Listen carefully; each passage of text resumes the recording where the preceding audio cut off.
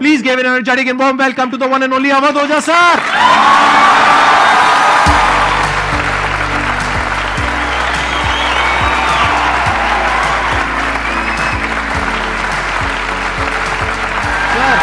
Sir hello sir, क्या हाल चाल?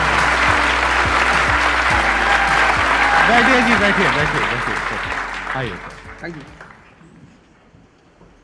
इससे पहले कि ऑडियंस आपसे कुछ क्वेश्चंस पूछे, मेरे माइंड में एक क्वेश्चन आ रहा है। आईएएस में कितने लोग हैं जो हर साल उसके लिए अपीयर करते हैं? 5 से 6 लाख के आसपास। और सीट्स कितनी है? 1000 अप्रोक्सीमेटली। तो जिनका हो जाता है उनके बारे में तो सब बात करते हैं, जिनका नहीं होता है, जिन्होंने पूरी जान लगाई और जिनका नहीं हुआ, उनका क्या होता है? उनके रिश्तेदार उनकी चिंता करते हैं। वो फिर उनकी चिंता करते हैं।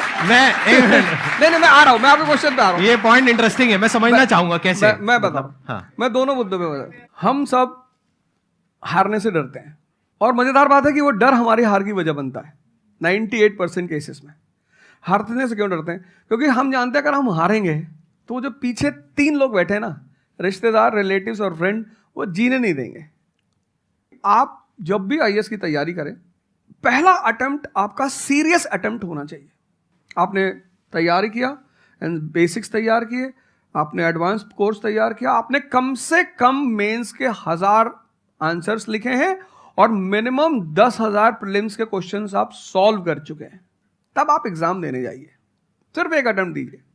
जिसने भी पहला अटेम्प्ट सीरियस दिया, उसको दोबारा तैयारी नहीं करनी पड़ती, रिवीजन करना पड़ता है। भाई आप देखो ना, जितने सारे सेलेक्ट लड़के होते हैं उसमें बहुत सारे नौकरी कर रहे होते हैं, जॉब कर रहे होते हैं। कुछ लोग मुझसे पूछते हैं सर जॉब करते वक्त तैयारी हो सकती है? नहीं, जॉब करते वक्त तैयारी तो नहीं हो सकती, जॉब करते वक्त रिवीजन हो सकता है।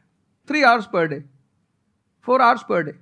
तो मेरी एडवाइस ये है, क्योंकि ये एक बहुत रिस्की खेल है ये। मैं खुद ही बाहर हुआ, और फिर मैं कितने लोगों को देखता हूं जो 5-5, 6-6 अटेम्प्ट के बाद बाहर होते हैं। तो जिनको भी इस गेम में शामिल होना है, एक अटेम्प्ट सीरियसली आपका होता है, बहुत अच्छा है। आपको मैक्सिमम रिस्क लेना है तो आप 2 ले लो, उसके बाद आप अपना काम शुरू करो, जो आपका सेकंड लाइन थॉट था। कोई लॉयर बनना चाहता है, कोई मेडिकल लाइन में जाना चाहता है, कोई मतलब जो भी आप एंटरप्रेन्योर बनना चाहते हैं, आप करो, लेकिन अपने वो रिवीजन वाले 4 hour बचा के रखो। आपने कितने अटेम्प्ट्स दिए थे सर? 4 अटेम्प्ट्स आपने दिए थे। और आपने कहीं से कोचिंग ली थी, यानी लाखों रुपए दिए थे कोचिंग में? नहीं, तब लाखों नहीं थे, तब हजारों थे। अच्छा, हजारों रुपए आपने खर्च करे थे, और आप एक मिडिल क्लास बैकग्राउंड से थे। तो टोटल 4 साल में आपका कितना पैसा लग गया होगा? रहना, खाना, पीना, और आपने तो पूरी तैयारी करी होगी, साथ में कुछ और नहीं किया होगा? I think so. कुछ नहीं किया, बिल्कुल। तो कितना आपका 4 साल में अच्छा खासा पैसा? 5-6 लाख रुपए लगे। 5-6 लाख रुपए उस समय लगे। आज के समय पे अगर किसी को कोचिंग लेनी है तो आई थिंक इससे 3-4 गुना, 5 गुना आराम से लगेगा। आराम से लगेगा। तो 15-20 लाख रुपए उस इंसान का लग गया, और वो है एक मिडिल क्लास बैकग्राउंड से। अब वो कहीं ऐसा तो नहीं कि वो ना यहाँ करा ना वहां करा 4-5 साल बाद? हाँ, वही मैंने कहा कि अब आप, जब हमारे समय तो ठीक था, अब आप रिस्क पूरा नहीं ले सकते। You have to be cautious. अब इनको कॉशियस होना पड़ेगा कि ठीक है, जैसे बड़े सारे लड़के क्या करते हैं, वो 1-2 अटेम्प्ट ऐसे ही देते हैं। अब तो इनके पास 6 अटेम्प्ट हैं। ओबीसी हैं तो और ज़्यादा है, SC ST हैं तो और ज़्यादा है। और मैं कहूँगा आप किसी भी कैटेगरी से आते हैं, आप 2 अटेम्प्ट से ज़्यादा कभी मत मानिए। ये पॉइंट बहुत अच्छा है कि आइडियली आपको अपने माइंड में ये रखना है कि एक ही अटेम्प्ट है मेरे पास में, मैक्सिमम अगर आपकी फैमिली अफोर्ड कर सकती है तो 2 अटेम्प्ट है। बिल्कुल। उसके बाद में अपने काम पे ध्यान देना है, और इसको एज अ रिवीजन की तरह देखना है, मतलब इसको साथ साथ में चलाना है। ये नहीं कि अपने 5 साल या 6 साल लाइफ के सारे यही निकाल दिए और सारा पैसा घर वालों का लगा दिया, या उन्होंने खेत बेच दिया, या लोन ले लिया। ऐसी बहुत कहानियां मैंने सुनी है सर लोगों की, और बहुत ही दर्द होता है ऐसी कहानियां देख करके। ऐसे लोगों की जो कहानियां हैं वो उसको सुन करके बहुत ही बुरा लगता है अंदर से। चलिए आगे बढ़ते हैं जी। Sir, I wanted to ask how to fight the basically fear that we feel. Like there are lot many fears that we face, not only in studies but in each aspect of life. There is some kind of fear. How to fight that? How to come back? How to have that courage in life? Fear बड़ी प्यारी चीज है। हमने कुछ words को बड़ा negative बना लिया है। जैसे अब बच्चा है 2 साल का, उसको तो फियर होता नहीं, उसे कुछ पता नहीं, उसने कोबरा देखा, जाके पकड़ लिया। वो तो बाद में घर वालों ने देखा तो पता चला कि भैया कोबरा पकड़ के घूम रहा है। लेकिन हम बड़े हो गए ना, अब हम कोबरा देखेंगे तो वो हमारी बॉडी की जो मैकेनिज्म है वो हमें वार्न करेगी, अलर्ट करेगी। That is natural fear. वो अच्छी चीज है। जिस चीज की आप बात कर रहे हो वो फियर नहीं है, वो ओवर थिंकिंग है। आज का जो युवा है वो फियर से परेशान नहीं है, वो ओवर थिंकिंग से परेशान है। अब ये ओवर थिंकिंग क्यों है, उस फैक्टर पे आते हैं। ओवर थिंकिंग की वजह क्या है? ओवर थिंकिंग की वजह यह है कि आज का समाज इतना एक्सपैंड कर चुका है। You are outside your house, तुमको तुम्हारी दोस्त मिल गई कि मैं कल लंदन से आई, क्या लाइफ है लंदन में यार, और मैं तो ये कर रही वो कर रही। आपको लगा हम ही पागल हैं यार, आईएएस की तैयारी कर रहे। फिर शाम को किसी फ्रेंड का फोन आ गया कि मैं तो अब ऑस्ट्रेलिया जा रही हूँ, मैं तो वहीं सेटल हो जाऊंगी। 90s में हमारे पास इतने स्कोप नहीं थे। हमारी जो लाइफ थी वहां ओवर थिंकिंग इसलिए नहीं थी, आपने भी सर देखा होगा, क्योंकि हमारे पास इतने स्कोप नहीं थे। आज तुम्हारी जनरेशन में यू हैव मल्टीपल फील्ड्स, मतलब इतने सारे फील्ड्स ओपन है। तो जब तुम घूम के चारों तरफ देखते हो और तुम देखते हो कि तुम्हारे ही साथ के लोग बड़ी सारी फील्ड में एक्सेल कर रहे हैं, काम कर रहे हैं, अर्न कर रहे हैं, तो तुम्हारा दिमाग भागना शुरू करता है। फिर क्या होता है, हमारे पेरेंट्स हमसे ज्यादा ओवर थिंकिंग करते हैं, क्योंकि बड़े हमको लेकर कॉशियस होते हैं। हाँ। एक हमने ओवर थिंकिंग की, हम अपना संभाल लें किसी तरह। हम घर के अंदर गए, मम्मी रो रही है कि वो निशा मिली थी, 20 लाख का पैकेज है उसका। दूसरा प्रेशर तुम्हारे ऊपर आ गया। ये जो प्रेशर हम मल्टीपल फेस करते हैं, तो एक तुम्हारा प्रेशर, एक माँ बाप का प्रेशर। पता लगा बुआ जी ने रात में फोन कर दिया, क्या कर रही हो जी? तुम सारे लोग प्रेशर से लड़ रहे हो इस वक्त, मल्टीपल फ्रंट पे। ये कोई फियर उयर नहीं है। ये प्रेशर दूर कैसे होगा, इस पे थोड़ी सी बात कर ले। जहां इंटरनल ताकत है वहां कॉन्फिडेंस है। आज का युवा क्या कर रहा है, बादाम का तेल लगा रहा है, बादाम की क्रीम लगा रहा है, बादाम का साबुन लगा रहा है, खा रहा गुटखा।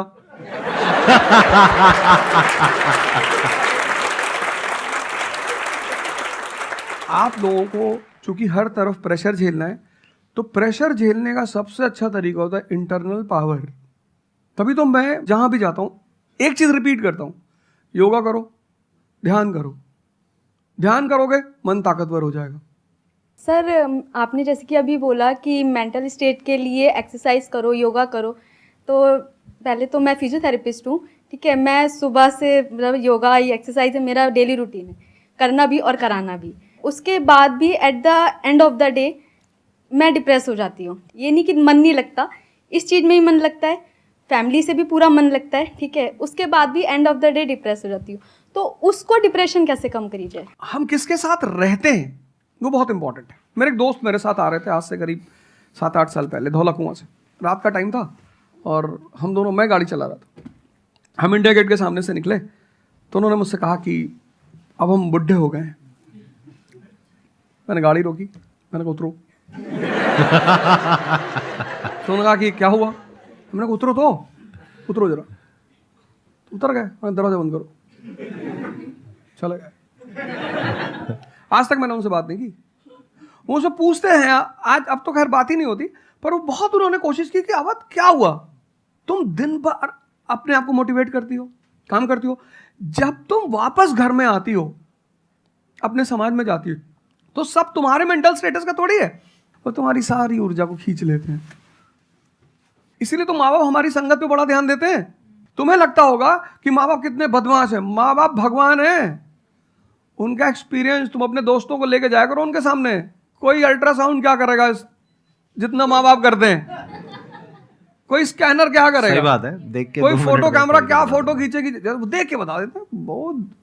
बहुत दुष्ट है ये, इसकी आंख के नीचे देखो यहाँ निशान है, बहुत दुष्ट है ये। और वो लॉजिक भी बड़ी अच्छी सी देते हैं, कोई कुछ भी देते हैं लेकिन बड़ा अच्छा सा लॉजिक देते हैं। तो ये हमारे साथ होता है। इसलिए हमें पहले गुरुकुल भेजा जाता था, और आज की हमारी सोसाइटी इसको सिर्फ नेगेटिव दिखाई पड़ रहा है। मैं अभी अब घर गया था, हमसे लोग कह रहे भैया 24 का चुनाव लड़ोगे? मैंने कहा यार पॉलिटिकल पार्टियां कह रही कि तुम सीधे प्रधानमंत्री बन जाओ। अननेसेसरी परेशान किए हुए, अननेसेसरी दूसरों से मत। और ये एक जगह का नहीं है, ये यूनिवर्सल हो चुका है। तुमने कह दिया कि मैं आईएएस की तैयारी कर रही हूँ, अरे नहीं होता किसी का। तिवारी जी की लड़की दी थी, 2 साल बाद पागल हो गई। तुम इतने डिप्रेस समाज में रह रहे हो। वो तो महेश्वरी जी जैसे लोग हैं जिन्होंने बहुत लोगों को जिंदा कर रखा है। Thank you. जब आपको कोई सहारा नहीं होता, आपने टाइप किया संदीप महेश्वरी, एक वीडियो आ गया, आप रिलैक्स हो गए। जब आप इन्हें सुनते हो तो आपका टेम्परेचर हाई होता है। तो एक ही आदमी को आप सुनते हो ना जिससे टेम्परेचर हाई हुआ, हमको सुन लिया कुछ ज्यादा ही हाई हो गया। लेकिन 2 लोगों को छोड़ दो, 3 लोगों को छोड़ दो, 4 लोगों को, ऐसे 10-12 लोग हिंदुस्तान में है, पॉपुलेशन 1 बिलियन 50 करोड़। तो तुम 10 लोगों को सुनो और बाकी जो तुम्हारे साथ 500 जुड़े हैं वो तुम्हें तो नीचे ही ले जा रहे हैं। इससे बचो, अपनी सर्कल को थोड़ा सा रिजर्व करो। तुम किससे बात करते हो, कौन सा लिटरेचर पढ़ते हो, लिटरेचर पर ध्यान दो। जैसे मैं रश्मिरथ पढ़ता रहता हूँ, खाली हुआ, प्रसादों के कनकाब शिखर होते कबूतरों के ही घर। ये जो बड़े बड़े मकान हैं, कभी किसी बाज को यहां रहते हुए देखा? कबूतर रहते हैं। क्या लाइन है, प्रसादों के कनकाब शिखर, कितने मतलब महलों के जो बड़े बड़े शिखर, उसमें सिर्फ कबूतर रहते हैं। प्रसादों के कनकाब शिखर होते कबूतरों के ही घर, महलों में गरुड़ न रहता है, कंचन पर कभी न सोता। कंचन मतलब सोना। लग्जरी नहीं चाहिए। तुम लोग इतनी लग्जरी चाहते हो, लग्जरी आदमी को मेंटली कमजोर बनाती है। मैं आश्रम में था, मैंने ज़्यादा खाना खा लिया। मेरा एक नियम है, नो एक्सरसाइज नो फूड। मतलब अगर मैं एक्सरसाइज नहीं करूँगा तो मैं खाना नहीं खाऊंगा। वहाँ एक बाबा जी, वो प्रेम में उन्होंने घी पे घी डालते चले, मैंने खा लो। फिर वो हुआ कि भाई यहाँ घूमेंगे, चारों तरफ जंगल है, डरा दिया इन लोगों ने। एक बार एक भालू एक आदमी की टांग काट के ले अरे मैंने कहा आज कोई भालू नहीं आएगा, मैं जाऊंगा।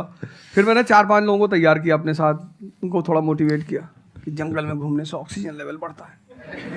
वो लोग भी तैयार हो गए कि चलो। तो हमारे साथ एक साहब अमेरिका से आए हुए थे, वो भी वॉक करने निकले, बोले हम भी चलेंगे। मैंने कहा भाई साहब क्यों जा रहे हो? कहते हम भी चलेंगे। मैं उनका नाम नहीं लूंगा। 1 किलोमीटर के बाद उन्होंने मुझसे कहा मेरे बैग में यहाँ बहुत पेन हो रहा है। 1 किलोमीटर। तुम लोगों ने पता है अपने आप को कष्ट देना छोड़ दिया है। You are dying for luxury, you have become weak physically and mentally. थोड़ा सा कष्ट दो अपने आप को, थोड़ा टेम्परेचर हाई रखो, थोड़ा बड़े टेम्परेचर वालों के साथ रहो। हमने अपने आप को कष्ट, हम कौन सी नॉवेल पढ़ रहे हैं? Half girlfriend. अच्छी है, अच्छी है, अच्छी, मैं ये नहीं कह रहा हूं, मैं कुछ बोल देता हूं। अच्छी है मतलब आपने पढ़ी है।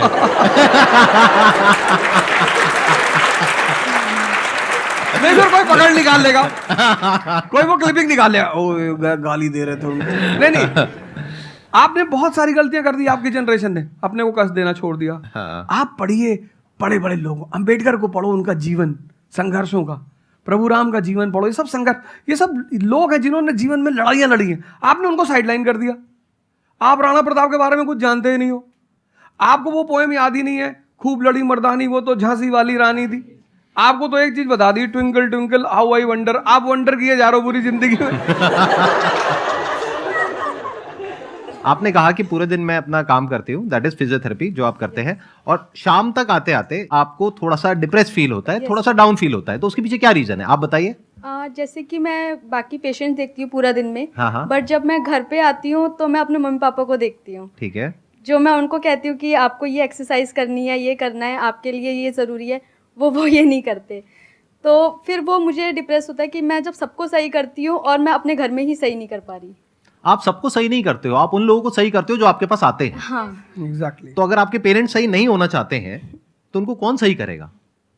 बेसिकली हमारी प्रॉब्लम क्या है कि जो नहीं करना चाहता उसको भी करवाना चाहते हैं। एग्जैक्टली। फॉर एग्जाम्पल, आप में से यहाँ पे कुछ लोग बैठे हैं और बैठे हैं जो कहते हैं कि भाई आप कुछ भी बोल दो, हम तो जैसे थे वैसे ही रहेंगे, उखाड़ लो जो उखाड़ सकते हो, आप अकेले आ जाओ, आप साथ में ओझा सर को ले आओ, आप 10 को ले आओ, हम तो नहीं बदलने वाले। उनका कोई कुछ कर सकता है?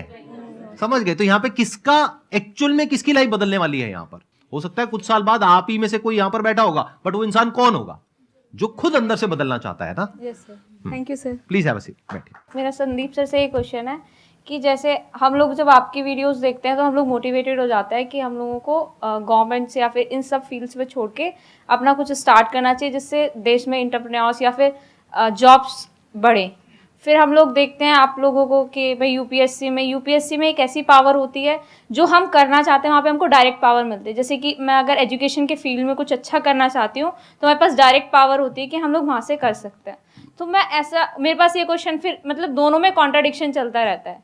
ना कॉन्ट्रडिक्शन नहीं चल रहा है, इसे कॉन्ट्रडिक्शन नहीं कहते, इसे कंफ्यूजन कहते हैं। मतलब एक गोल होता है ना, या फिर एक मतलब हमारे पास एक टारगेट होता है कि हम ये काम करने के लिए यूपीएससी में जा रहे हैं।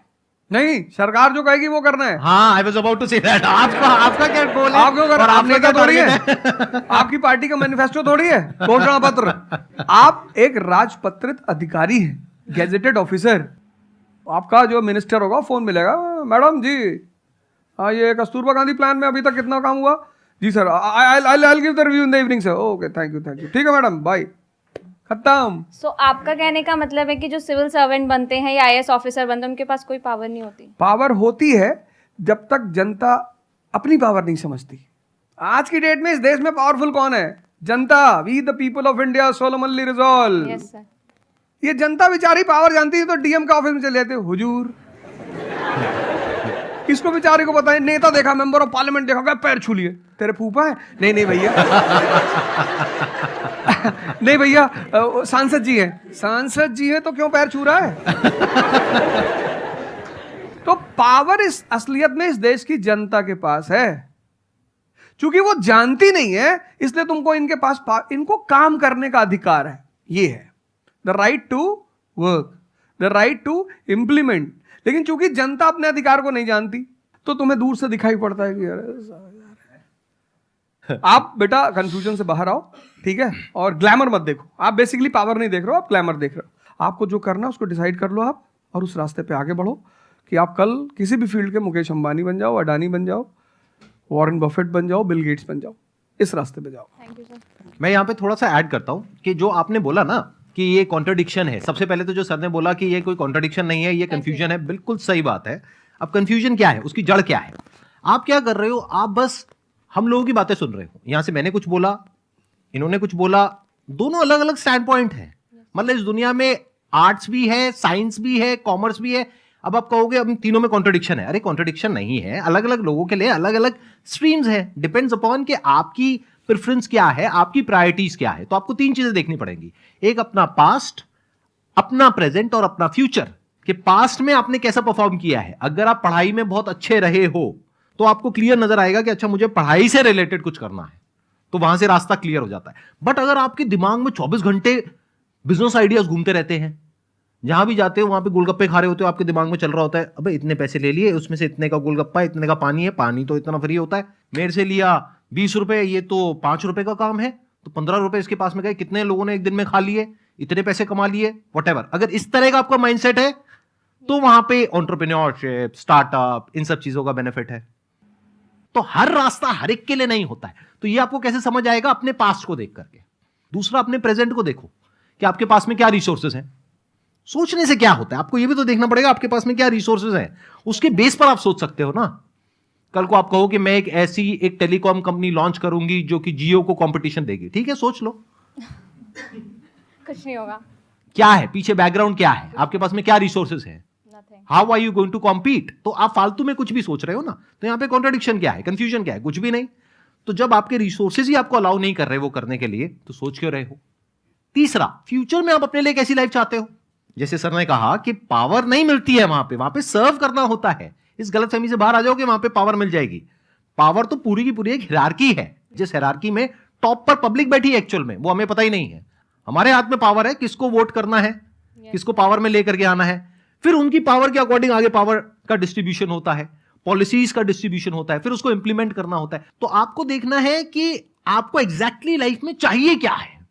कि अगर आपका माइंड है बहुत ज्यादा क्रिएटिव, कि आपको हमेशा दिमाग में आइडियाज घूमते रहते हैं कि कुछ अजीब करना है, कुछ अलग करना है, ये करना है, वो करना है, तो फिर वो रास्ता आपके लिए नहीं है। क्योंकि वहां पे आपके पास में पावर नहीं है, रिस्पॉन्सिबिलिटी है।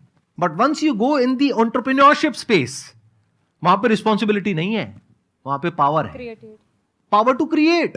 अब आपको देखना है कि एट द एज ऑफ 42, 48 आप किसके जैसा बनना चाहते हो। अगर एक टीचर बनना चाहते हो तो ये रास्ता है। उसके अलावा जिन्होंने यूपीएससी को क्रैक किया है उन लोगों का आप लाइफस्टाइल देख सकते हो। वैसे बनना चाहते हो, बहुत बढ़िया। मेरे जैसा बनना चाहते हो, बहुत बढ़िया। किसी और के जैसा बनना चाहते हो, बहुत बढ़िया। बट किस बेस पर? अपनी पर्सनालिटी को देखो ना, क्या लाइन हो रहा है।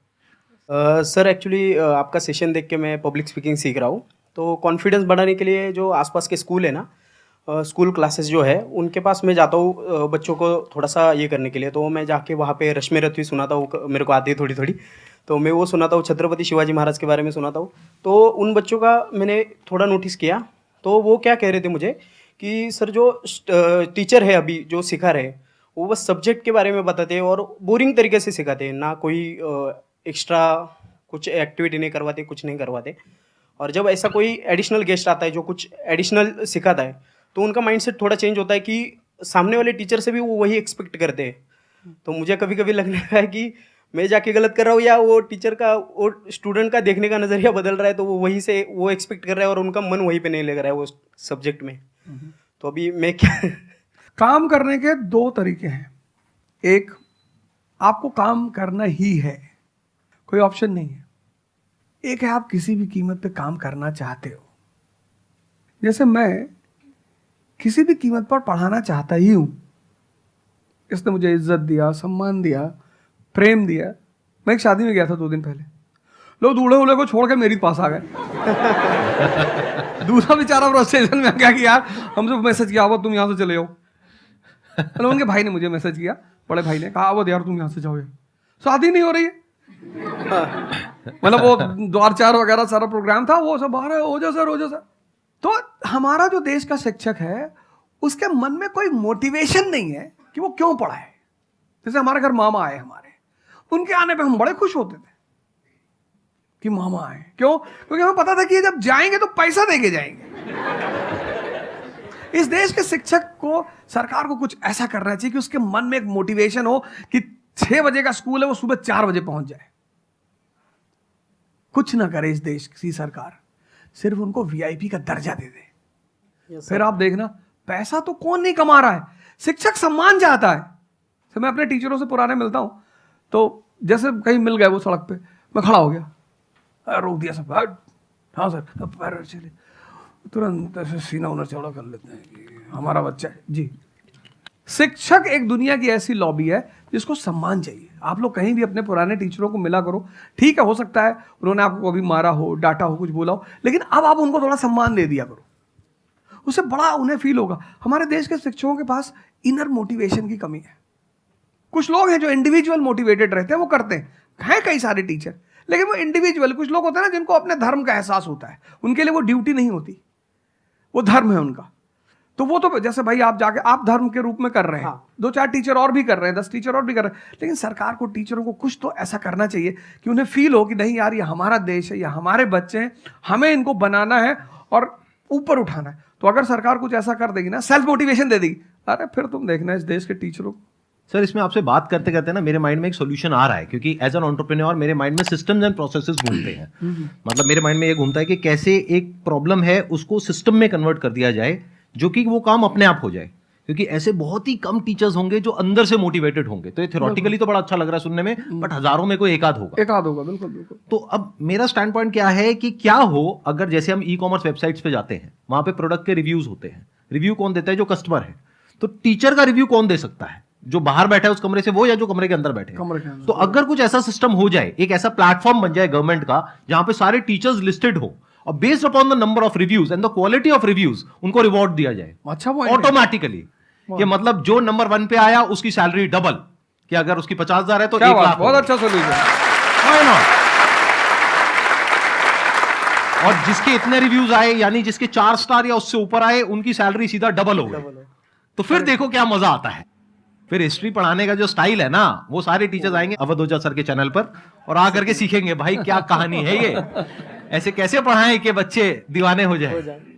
और फिर अपने आप को अपग्रेड करेंगे। नहीं तो अपग्रेड करने की मोटिवेशन कहाँ है? जैसे एक एंटरप्रेन्योर होता है, उसके पास में तो मोटिवेशन होती है कि अगर मैंने अपने जो भी प्रोडक्ट है, सर्विस है या काम है, उसको अपग्रेड किया तो करते ही मेरे को इमीडिएट रिवॉर्ड मिलेगा।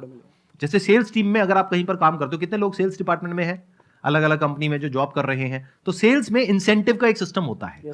तो वहां पर क्लियर पता होता है कि मैंने ये टारगेट अचीव किया तो ये है।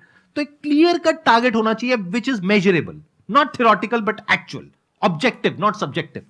कि ऑब्जेक्टिव एक टारगेट होना चाहिए in terms of numbers which can be calculated, and a transparent system जहां पे स्टूडेंट्स वोट करेंगे और जो टीचर्स जीतेंगे पूरे इंडिया लेवल पे या स्टेट लेवल पे, उनको बुला करके जो हमारे देश के प्रेसिडेंट हैं या प्राइम मिनिस्टर हैं वो आकर के रिवॉर्ड देंगे। Yes sir.